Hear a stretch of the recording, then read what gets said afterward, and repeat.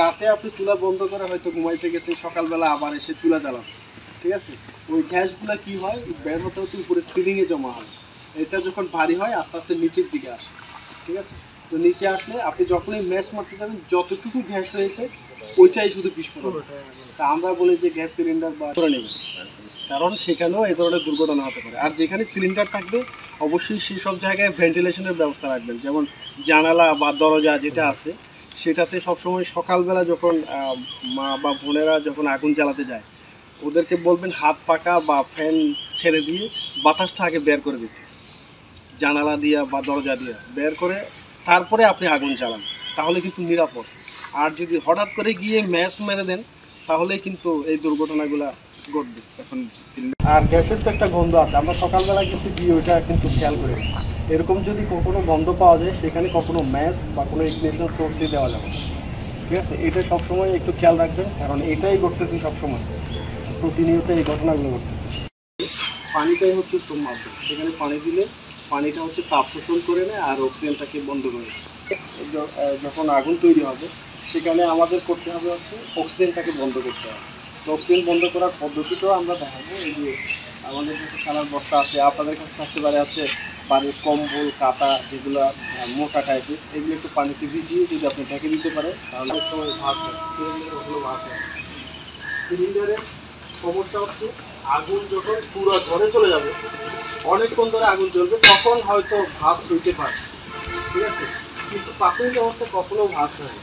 সেটা হয় কি, এই যে আমাদের ফাইভটা আছে, এই ফাইভটা কত নরম এখন, ঠিক আছে? কিন্তু বছর খানেক ব্যবহার করার পর এটা অনেক সারের মধ্যে আপনি যখন এদিক থেকে স্লো দিবেন এই ফাটা অংশ দিয়ে গ্যাস বের হতে পারে, এবং যে এই ফাইভটার কারণে বেশিরভাগ অ্যাক্সিডেন্টগুলো হচ্ছে, ঠিক আছে? তো আপনাদের প্রতি অনুরোধ হচ্ছে যারা গ্যাস সিলিন্ডার ব্যবহার করেন এই পাইপটা হার্ড হয়ে গেলে সেটা চেঞ্জ করে নেবেন। রেগুলার চেঞ্জ করলে আপনি সেফ থাকতে পারবেন। আগুন আমরা যদি ঢেকে দিতে পারি, মানে অক্সিজেনটা বন্ধ করে দিতে পারি, তাহলে কিন্তু কীভাবে দিচ্ছি না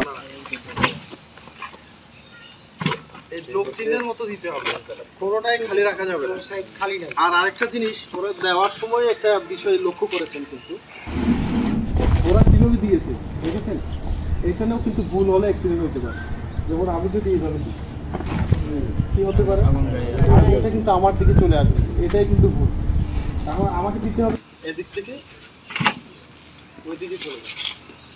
এটা দেখানোর উদ্দেশ্য হচ্ছে এটাই, যেটাই আপনি দেন সবসময় আপনার ওই দিক থেকে দিতে হবে। ওকে, নেক্সট আরেকবার।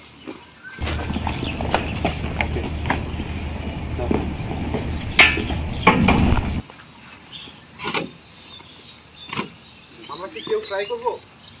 আপনাদের কি কেউ ট্রাই করতে চান?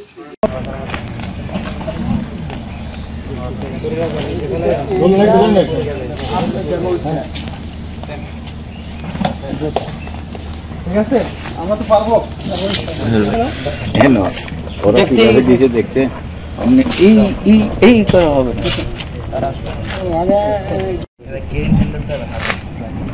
চাপ দিয়ে না, তারপর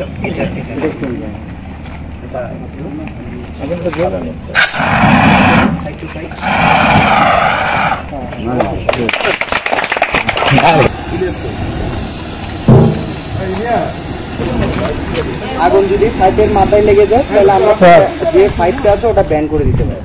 ব্যান করলে আগুনটা নিভে যাবে। ব্যান করতে হবে, যতক্ষণ আসবে না।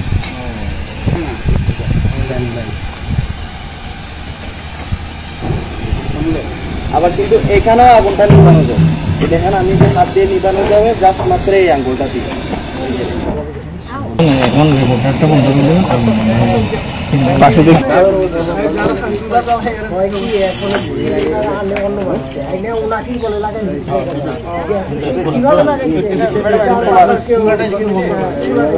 এখন লক আর